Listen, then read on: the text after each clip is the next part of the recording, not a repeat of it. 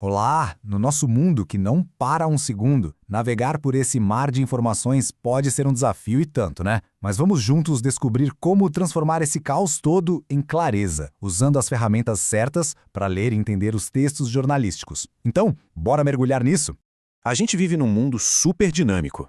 Mudanças políticas, sociais, tecnológicas, tudo acontece o tempo todo bombardeando a gente com uma quantidade de dados que é sinceramente impressionante.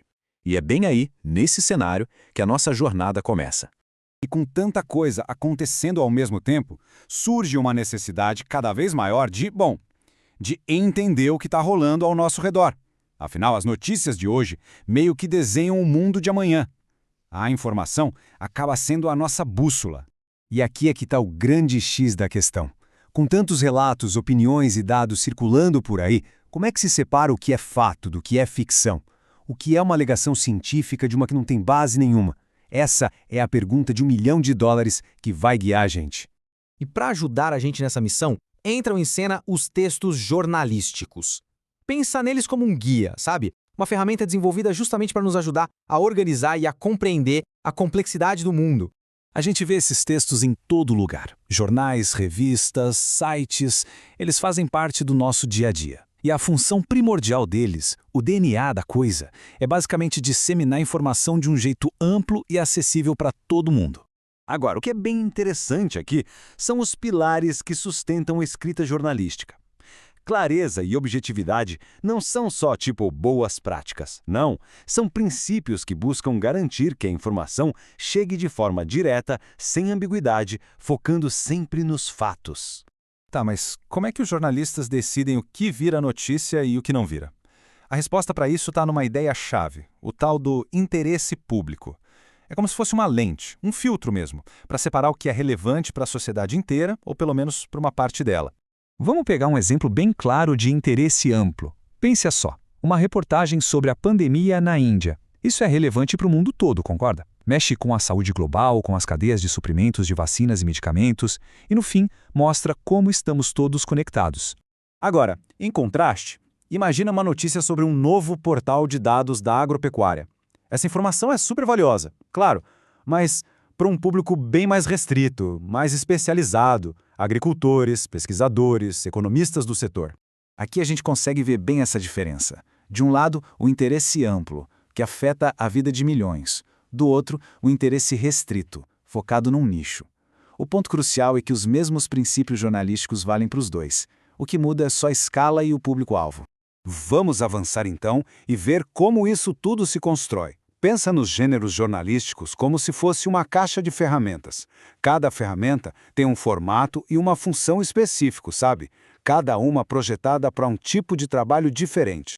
Mas antes de abrir essa caixa, tem uma divisão que é fundamental a gente entender. De um lado temos textos que se concentram no fato, buscando ser impessoais, neutros. Do outro lado, textos que se dedicam à opinião. Aí sim, o posicionamento e a argumentação são as estrelas do show. É basicamente fato versus opinião. A primeira ferramenta da nossa caixa é a notícia. O objetivo dela é bem direto: narrar um fato, um acontecimento. O foco é total no evento e não em quem o relata. É por isso que ela é escrita em terceira pessoa, para criar essa distância e reforçar a objetividade. A estrutura da notícia é toda pensada para ser eficiente. A manchete chama atenção, o lead, que vem logo no primeiro parágrafo, já entrega um resumo do mais importante. E aí, o corpo do texto desenvolve a história com todos os detalhes. É a famosa pirâmide invertida de informação. E essa manchete ilustra isso perfeitamente. É direta, é factual, ela informa o que aconteceu, quem está envolvido e qual o objetivo, sem emitir nenhum juízo de valor. É a notícia na sua forma mais pura. Agora, vamos para outra ferramenta, o editorial. Aqui, o jogo muda. O editorial é a voz da instituição, do jornal ou da revista. É onde a empresa de comunicação assume uma posição clara sobre um determinado assunto. A estrutura de um editorial é toda construída para convencer. Ele apresenta o tema, desenvolve uma linha de raciocínio com argumentos sólidos e finaliza reforçando a sua tese. E uma curiosidade, geralmente não tem assinatura, porque representa a opinião do veículo, não de uma pessoa só. A manchete deste editorial sobre problemas de trânsito já dá o tom. Caos anunciado é uma expressão forte, né?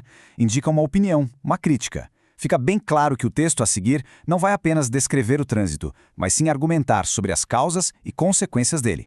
A nossa terceira ferramenta é o artigo de opinião. Ele até se parece com o editorial por ser persuasivo, mas tem uma diferença fundamental. Ele é sempre assinado. Aqui, a voz é de um especialista, um jornalista, um colaborador, alguém que está ali expondo o seu ponto de vista pessoal.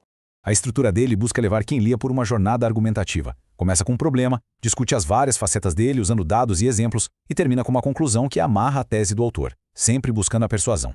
O título deste artigo sobre segurança pública é uma metáfora poderosa. Na cova dos leões. Uau! Isso imediatamente já cria uma sensação de perigo, de urgência. É um exemplo perfeito de como a linguagem no artigo de opinião é muito mais enfática e pessoal para defender um ponto de vista.